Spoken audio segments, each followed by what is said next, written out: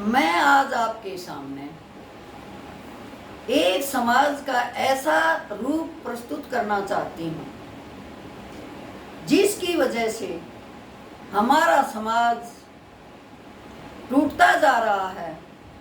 हमारे समाज के अंदर कलेश तथा भाईचारे की भावना खत्म होती जा रही है, कलेश बढ़ता जा रहा है, परिवार टूटते जा रहे हैं। परिवार की एकता और शांति भाव का जो भावना है उसी के अनुसार हमारा परिवार, हमारा समाज, हमारा देश आगे बढ़ सकता है। यदि हमारे अंदर शांति प्रिय विचार हों, हमारी भावनाएं अच्छी हों, तो हम किसी को भी हरा सकते हैं और शांति से जी सकते हैं। इसी बात पर मैं आपको एक बात बताना चाहूँगी।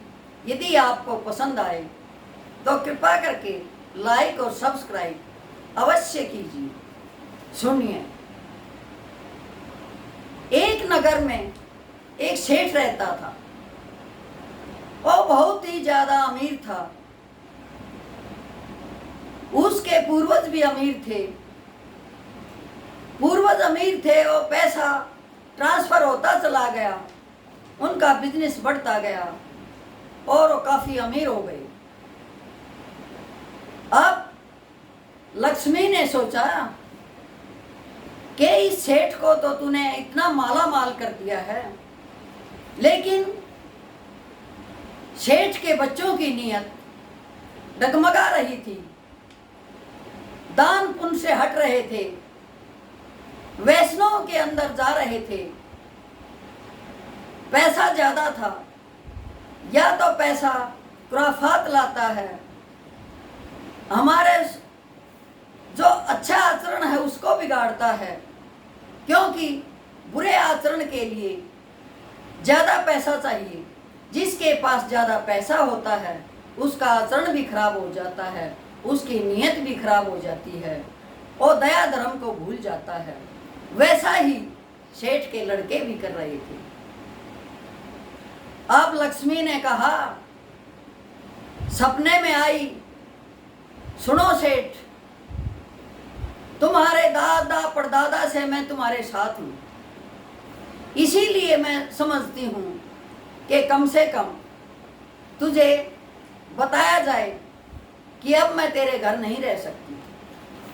अब सेठ ने सपना आया और लक्ष्मी ने ऐसा ही कहा। सेठ ने कहा, बहन लक्ष्मी, मैं आपकी बहुत इज्जत करता हूँ, पूजा करता हूँ, सुबह शाम आरती करता हूँ, जोत जलाता हूँ। ये बताओ आपको क्या कष्ट है, आप मेरे घर से प्रस्थान क्यों करना चाहती हैं? अब लक्ष्मी कहती है, भाई, जो तेरे लड़के हैं उनके अंदर दुर्भावना आ चुकी है और मेरा मिसयूज हो रहा है। कहीं क्लबों में जाते हैं, बारों में जाते हैं, बार बालाओं पर मुझे लुटाते हैं, या फिर ऐसी जगह जाते हैं जहां नहीं जाना चाहिए, वहां पैसे लुटाते हैं। मेरा मन अंदर से बहुत खिन्न होता है कि जिनके बाप दादे दान किया करते थे, गरीबों की सहायता किया करते थे, आज उन्हीं के बच्चे मुझे बेइज्जत कर रहे हैं, बार बालाओं पर पैसे उठाते हैं, जो पैरों तले मैं कुचली जाती हूँ। मेरा दिल बहुत दुखी होता है कि कहाँ तो मुझे मंदिर में सजाया जाता है और कहीं बार बालाओं के पैरों के नीचे रौंदी जाती हूँ। मेरा दिल बहुत दुखी है, इसीलिए मैं आपके घर से प्रस्थान करना चाहती हूँ और मेरा भाई टोटा तेरे पास आना चाहता है। अब सेठ कहता है, बहन, आपने अपनी समस्या बता दी, मैं कोशिश करूँगा कि अपने परिवार को काबू कर सकूं और आपके साथ ऐसा व्यवहार न हो, क्योंकि चाहे देवता हो, चाहे लक्ष्मी हो, चाहे घर के बुजुर्ग हो, सभी को इज्जत चाहिए जो बगैर पैसे से मिलती है।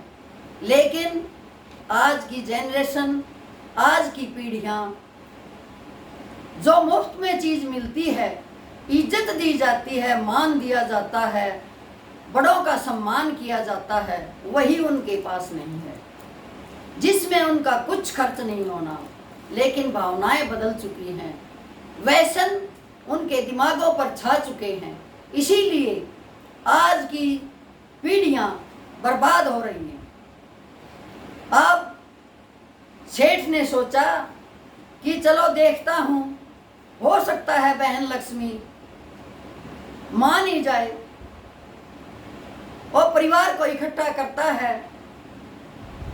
लेकिन लड़के उसकी सुनाई नहीं करते, क्योंकि उन्हें पता है कि यदि पिता की बात मानी जाएगी तो तुम्हारी ऐश करने में फर्क पड़ेगा।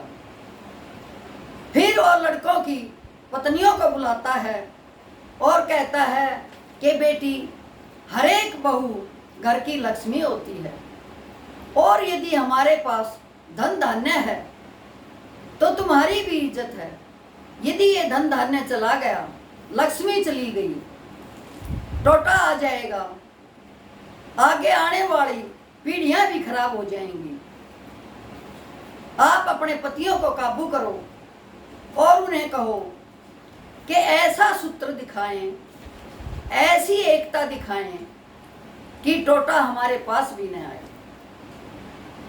अब लक्ष्मी ने सेठ को 7 दिन का समय दिया था कि 7 दिन तक यदि मैं अच्छा समझूंगी तो आपके पास रहूंगी, नहीं तो मेरा भाई टोटा तुम्हारे पास आएगा और वो देखेगा कि तुम्हारे साथ क्या करना है।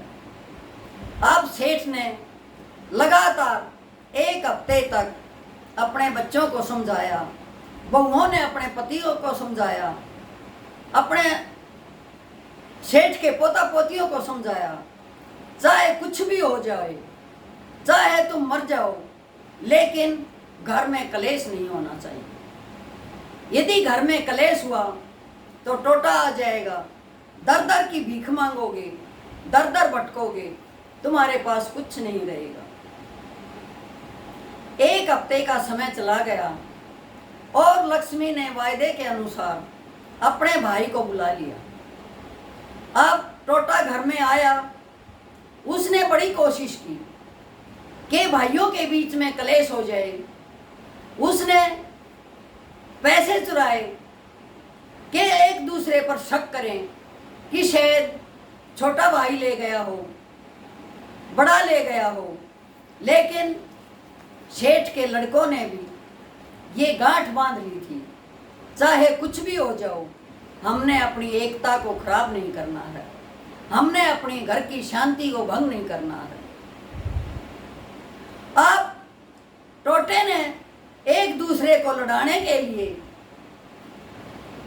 बड़े भाई का पैर फिसल जाता है, छोटे पर गिर पड़ता है, लेकिन दोनों ही उठ खड़े होते हैं, एक दूसरे को कुछ नहीं बोलते, बल्कि छोटा बड़े से क्षमा मांगता है कि भाई शायद मेरी ही गलती है कि मैं आपके सामने खड़ा था। लेकिन बड़े भाई को बड़े आदर और सत्कार से बोलता है, प्यार से बोलता है।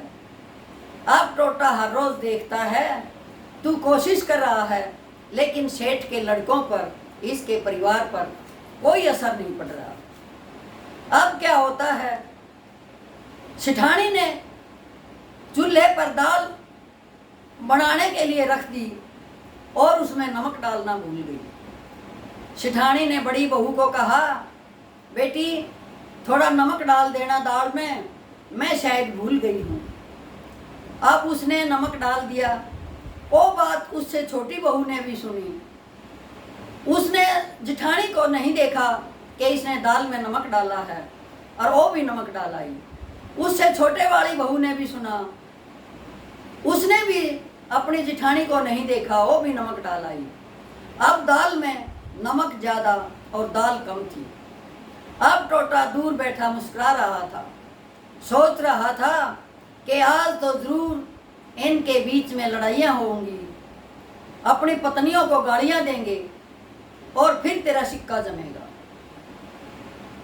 भोजन बन के तैयार हो चुका था, थालियों में परोस दिया गया था।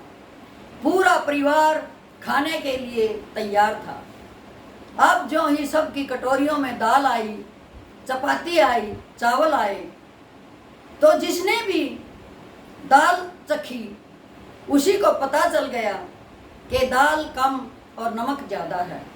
लेकिन चाहे कम खाया, लेकिन न तो किसी भाई ने कोई आवाज़ उठाई, न पिता ने उठाई, न बच्चों ने उठाई, न बहुओं ने अपनी एकता खराब की, न ही सास ने बहुओं को कुछ कहा। अब टोटे ने सोचा कि यहाँ तेरी दाल नहीं गलने वाली। टोटा उस जगह रहता है जहाँ आपस का भाईचारा बिगड़ता है, आपस का तालमेल खराब होता है, एक दूसरे को पाड़ के खाता है। जहाँ कलेश होता है वहाँ टोटा रहता है, जहाँ एकता होगी वहाँ टोटा रह ही नहीं सकता। टोटे को तो कलेश चाहिए, वो खुद भी करवाएगा, कलेश में एंजॉय भी करेगा, मनोरंजन भी करेगा और कलेश करवाने की कोशिश में रहेगा। लेकिन सेठ के घर में टोटे की एक न चली, बच्चों को लड़ाने की कोशिश की। बच्चे भी इतना समझ चुके थे कि यदि तुम लड़ोगे तो तुम्हारे घर में कुछ नहीं रहेगा। बच्चों ने भी ऐसा परिचय दिया, एक दूसरे के साथ लड़े नहीं। यदि थोड़ी सी चीज़ आई, सभी बहन भाइयों ने बांट के खाई, खुश रहे, खेल कूद की। यदि एक को चोट लगी दूसरे ने सहलाया। बच्चे इतने समझदार हो गए थे कि उन्होंने सोच लिया था कि हमने तो टोटे को हराना है। हुआ भी वही। अब कुछ दिन के बाद टोटा कहने लगा, बहन लक्ष्मी, तूने तो मुझे ऐसा घर दे दिया कि मैं तेरे पंजे उखाड़ ही नहीं सका। इस घर में तो तू ही अच्छी लगती है। ये तो ऐसे लोग हैं जहर खा के भी चुप रहते हैं। मैं यहाँ क्या करूँगा? मैं तो वहाँ रहता हूँ जहाँ आपस में द्वेष होता है, लड़ाइयाँ होती हैं, एक दूसरे का भावना का इज्जत नहीं होती है। मैं वहाँ रहता हूँ जहाँ एक दूसरे को चाहते ही नहीं हैं। यहाँ तो एक दूसरे में बहुत ज़्यादा प्रेम है। इस घटना में सेठ के लड़कों के व्यसन भी छूट गए, सेठ के लड़के भी अपने लाइन पे आ गए और लक्ष्मी को दोबारा आना पड़ा। और उस सेठ का घर जैसे पहले चल रहा था वैसे ही धन धान्य से भरपूर रहा। इसीलिए मैं इस समाज को इस घटना के जरिए ये बताना चाहती हूँ कि भाई भाई से बैर रखते हो, बहन भाइयों से बैर रखते हो, दुरानी जिठानी बैर रखती हैं। इन बातों को छोड़ दीजिए। यदि सूखी खा के भी, पानी पी के भी खुश रह सकते हो, कोशिश कीजिए कि खुश रहा जाए, घर का माहौल खराब नहीं किया जाए। जहाँ तालमेल होगा वहाँ सब कुछ होगा। तालमेल पे ही सब कुछ टिका हुआ है, चाहे घर हो, समाज हो, देश हो, दुनिया हो। जहाँ आपसी सौहार्द है, जहाँ आपसी तालमेल है, उसका कोई कुछ नहीं बिगाड़ सकता। ये तो एक बनी हुई बात है कि हम जैसे हमारे बड़े बूढ़े सुनाते थे कि एक लकड़ी को हम कैसे तोड़ देते हैं, लेकिन जब लकड़ियों का गट्ठा होता है तो भरपूर कोशिश करने के बाद भी उन्हें नहीं तोड़ पाते। इसी तरह से परिवारों की बात है, समाज की बात है, देश की बात है।